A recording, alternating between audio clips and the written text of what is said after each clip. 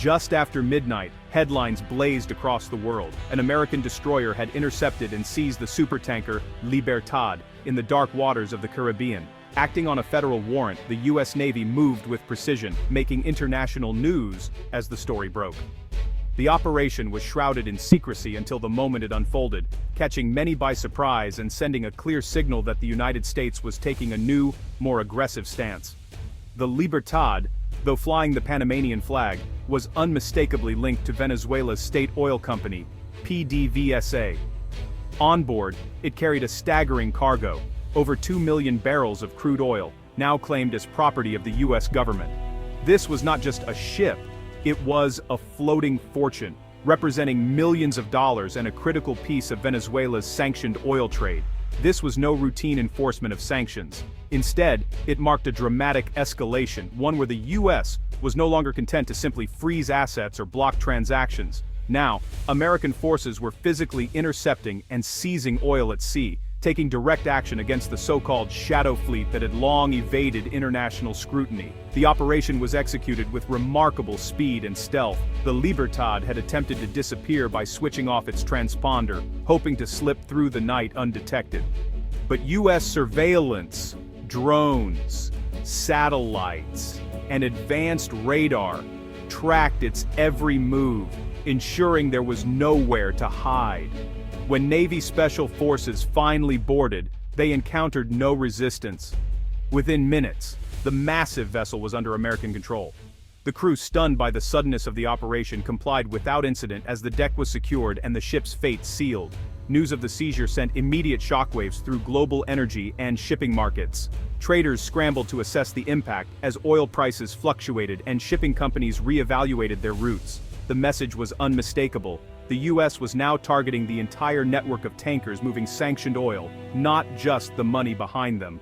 At a press conference, U.S. officials made their position clear. The era of turning a blind eye was over. Anyone involved in this trade, from ship owners to insurers and financiers, now faced unprecedented risks. The rules had changed overnight, and the consequences for ignoring them had become far more severe. As dawn broke over the Gulf of Mexico, the Libertad, now under military escort, made its way toward the Texas coastline. The world watched closely, bracing for diplomatic fallout and the next moves in this high-stakes confrontation. The seizure of the Libertad had set a new precedent, one that would reverberate through global politics and the energy industry for months to come. The Libertad operation marked a new phase in U.S. sanctions enforcement, combining digital sleuthing with naval power. OFAC analysts traced the tanker's ownership to a PDVSA front using satellite data and financial forensics. Once flagged, U.S. Southern Command deployed drones to track the ship's every move, even as it tried to disappear. A specialized boarding team secured the vessel at sea, asserting U.S. authority without a shot fired. This is a strategic pivot, from financial penalties to direct interdiction. The Shadow Fleet's workaround, operating outside the formal financial system, no longer guarantees safety. Now the U.S. is seizing the oil itself, striking at Venezuela's main revenue source. The precedent is set. Anyone in the Shadow Fleet's orbit, owners, insurers, captains, now faces the risk of losing everything. The cost of getting caught has escalated from fines to total asset loss. Why act now? What has changed to prompt a new wave of enforcement after years of apparent stalemate? U.S. frustration has reached a boiling point as Venezuela's oil exports continue to flow, seemingly undeterred by years of tough sanctions and diplomatic pressure.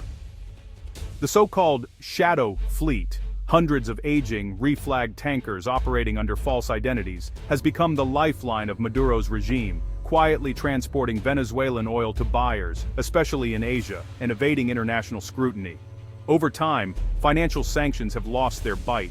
The regime has grown more sophisticated, using a web of shell companies, third-party intermediaries, and alternative currencies to keep oil money flowing in.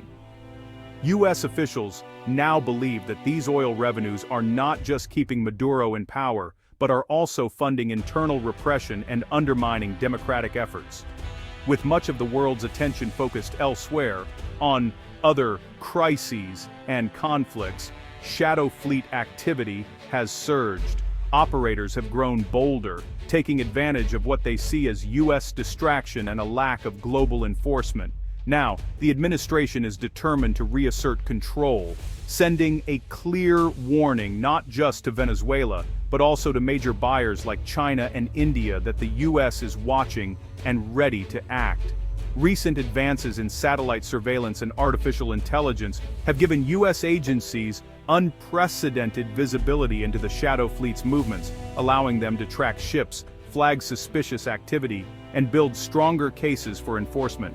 This new intelligence edge has convinced policymakers that the time is right to move beyond financial measures and take direct action against the vessels and networks enabling Venezuela's oil trade. The crackdown is more than just a policy shift. It's a signal to the world that the US is not backing down, and that those who help Venezuela evade sanctions will face real consequences. The era of impunity for Venezuela's oil trade is coming to an end, as the US steps up to enforce the rules and reshape the global oil market. Oil prices spiked instantly.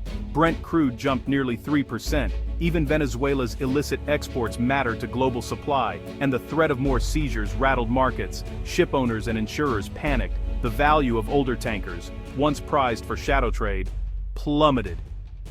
Now, the risk isn't just sanctions, but outright loss of ship and cargo. Insurers are hiking premiums or refusing coverage for any vessel linked to Venezuela. This private sector blockade compounds the US crackdown, making it harder and costlier for Venezuela to export oil. Traders and refineries, especially in Asia, scramble for alternatives, facing higher prices and logistical chaos. The ripple effects are global disrupted shipping, port congestion, and a frantic search for safe vessels. Washington frames the recent seizure of the oil tanker as a decisive and lawful strike against what it calls a sophisticated criminal enterprise. US officials point to clear evidence of sanctions violations and money laundering, arguing that these actions threaten not only American interests, but also the integrity of the global financial system. The operation, they say, is part of a broader campaign to crack down on illicit oil shipments that help fund regimes and organizations considered hostile to US policy. According to Washington, the Maduro government in Venezuela is illegitimate, clinging to power through repression and corruption. They claim that profits from Venezuela's vast oil reserves are being diverted to prop up the regime, rather than to benefit ordinary Venezuelans who continue to suffer from economic hardship and political instability. This, US officials argue, justifies aggressive enforcement of sanctions even beyond American borders. The legal battle hinges on complex US statutes and the reach of American law. Even when oil tankers operate in international waters, the US asserts jurisdiction if transactions are conducted in dollars or pass through American banks. This extraterritorial application of law is controversial, raising questions about the limits of national power in a globalized world. In Caracas, the response is swift and furious. Venezuelan officials denounced the seizure as outright piracy, accusing Washington of violating their nation's sovereignty and international law. They vow to challenge the action in international courts, rallying allies, and calling for global condemnation of what they see as US overreach. Legal experts remain deeply divided. Some argue that US law is valid if the trade involves American interests or financial systems. Others warn that such actions undermine the principle of freedom of navigation, a cornerstone of the United Nations Convention on the Law of the Sea, or UNCLOS. The debate highlights the tension between national security and international norms. Critics worry that if every nation starts enforcing its own laws on the high seas, the result could be chaos for global trade. Shipping lanes, already crowded and complex, could become flashpoints for international disputes, disrupting the flow of goods and energy that the world relies on. At its core, this dispute is about more than just legal technicalities. It's a fundamental clash of worldviews over sovereignty, the limits of power, and who gets to set the rules that govern the world's oceans. Diplomats on both sides are locked in heated negotiations, aware that the outcome could set a precedent for years to come. Today, the world's vital shipping lanes have become a new battleground, where economic interests and political influence intersect. Every oil tanker, every port, and every maritime route is now a potential flashpoint in a much larger struggle for control and leverage. The outcome of this standoff could fundamentally reshape how nations enforce sanctions, and how far they are willing to go to protect their interests on the open sea. It could also influence future conflicts, as other countries watch closely and consider their own strategies. The stakes are nothing less than the future of global maritime order. As the world watches, the decisions made now will echo across oceans, shaping the rules and the risks of international trade for generations to come. Seizing tankers throws global shipping into turmoil. The industry relies on trust and predictable rules. Now, anyone remotely linked to Venezuelan oil faces U.S. legal action or asset seizure. Insurers, especially in London, are tightening scrutiny, raising costs, and slowing business for all. Flag states like Panama and Liberia, long criticized for lax oversight, are under pressure to police their fleets or risk U.S. sanctions. The crackdown could fragment global trade, as countries seek alternative shipping lanes, insurance, and financial networks outside U.S. reach. The world risks splitting into rival economic blocs, each with its own rules. A single tanker seizure could be the first step toward a fractured, contentious global trading system. The rules of maritime commerce are being rewritten in real time. Behind the headlines, it's ordinary Venezuelans who suffer most. Sanctions and now seizures have crippled the oil industry, fueling hyperinflation and shortages of food, medicine, and water. Oil revenue, even from illicit sales, funds basic imports and public services. When a cargo is seized, that lifeline shrinks. Overcompliance by banks and shippers creates a de facto blockade, making even humanitarian trade nearly impossible. The result: deepening poverty, mass migration, and a daily struggle for survival. The global power struggle plays out in empty stores and broken hospitals. The crackdown isn't just about Venezuela, it's a message to China, the top buyer of sanctioned oil. The US is warning Beijing, this trade is now high risk and supply is no longer guaranteed. European allies may be uneasy with unilateral seizures, preferring diplomacy, while Latin American neighbors quietly welcome pressure on Maduro. Russia and Iran, both invested in Venezuela and reliant on shadow fleets, see the move as a threat and a test case for their own oil exports. The U.S. Navy's expanded role strains resources and raises the risk of confrontation at sea. What if a boarding is resisted? A single miscalculation could spark a military crisis. The world's oil choke points are now potential flashpoints. The stakes: energy security, regional stability, and the balance of power.